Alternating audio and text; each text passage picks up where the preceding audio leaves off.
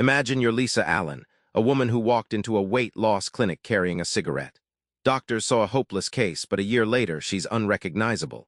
Lean, energetic, and a marathon runner. What's her secret? And what does it have to do with Procter & Gamble's quest to make Febreze a household name, even when nobody thought they needed it? We're diving into Charles Duhigg's The Power of Habit to crack the code of how we become who we are.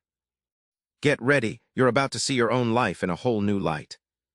Habits seem automatic, but there's a pattern to how they form. Duhigg calls it the habit loop. Understanding this loop is the first step to taking control, but many overlook it entirely. Where does this habit loop start, and how can it be hacked? Picture this: you walk into your kitchen, cue, smell cookies baking, and suddenly you're grabbing one routine and savoring that sugary sweetness reward. The cue doesn't asterisk make you do it, but it activates a pre-existing craving.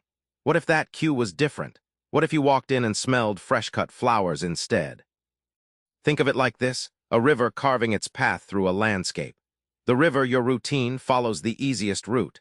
To change the river's course, your habit, you can't just block it. You have to dig a new channel that's even more appealing.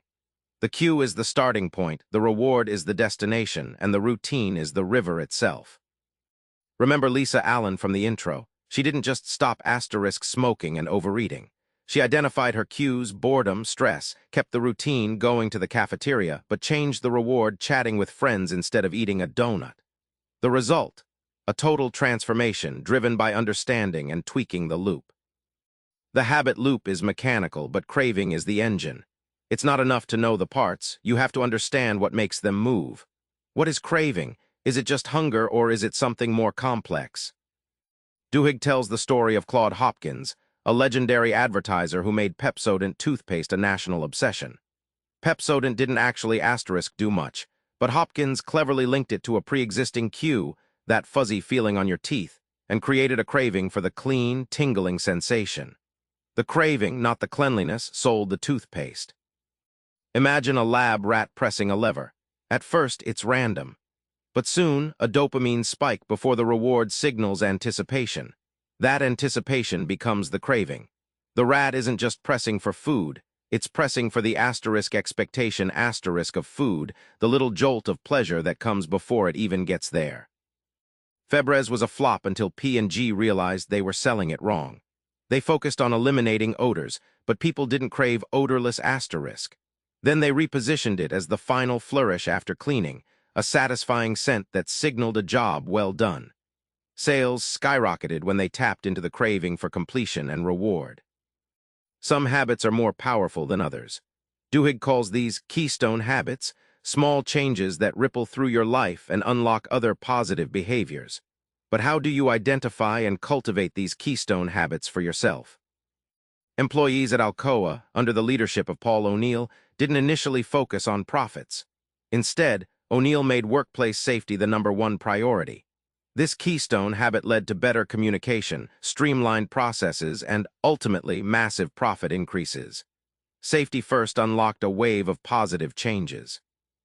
It sounds trivial, but studies show that people who make their bed every morning are more productive, have better moods, and stick to their budgets. It's not the act itself, but the sense of accomplishment and order that sets the tone for the day. That small win creates momentum for other good habits. Families who eat dinner together regularly have kids with better grades, fewer behavioral problems, and higher self-esteem. It's not just the food. It's the connection, the communication, and the sense of belonging that creates a foundation for success. This simple habit builds stronger families. Willpower often feels like a finite resource. Some days you have it, some days you don't. But Duhigg argues that willpower is more like a muscle. It can be strengthened with practice. How can you build your willpower reserves and avoid depletion? Think of resisting that tempting dessert at lunch. Each time you resist, your willpower muscle gets a little tired. Later, you're more likely to snap at your coworker or skip your workout. Willpower is finite. Use it wisely. Plan to fight only important battles and automate the rest. Researchers tracked students over years and found that self-discipline was a better predictor of grades and test scores than IQ. It wasn't innate intelligence, but the ability to delay gratification and stick to a study schedule that made the difference. Self-discipline is a learned skill, not a natural gift. That initial struggle to go to the gym fades as it becomes a habit. The cue, putting on your shoes, the routine, your workout, and the reward, that post-exercise endorphin rush, become ingrained. Willpower is still needed to start the habit, but once it's established, it runs on autopilot. Habits aren't just personal. They shape our organizations and societies. The power of habit can be used for good or ill, and understanding this is crucial for ethical decision-making. What happens when companies exploit our habits for profit, or movements create new ones for social change? Target famously developed algorithms to predict if a customer was pregnant based on their purchasing habits. This allowed them to send targeted ads for baby products. While effective, it raised serious ethical questions about privacy and manipulation. Where's the line between marketing and exploitation? The Montgomery bus boycott wasn't just a spontaneous act of defiance. It was built on pre-existing habits of community organizing and religious practice. These habits provided the structure and support needed for sustained protest. Social movements often succeed by creating new habits of collective action. As Duhigg argues, understanding the power of habit comes with a responsibility. We must be aware of how habits are being used to influence us, both individually and collectively. Only then can we make informed choices and resist manipulation. Awareness is the first line of defense. So what happened with Lisa Allen? By identifying her cues and replacing her rewards, she transformed her life. And Febreze, once P&G understood the craving for a finished feeling, it became a billion-dollar product. The power of habit isn't just about understanding habits, it's about taking control of your life, one loop at a time. Ready to start? Try this. Pick one small habit you want to change.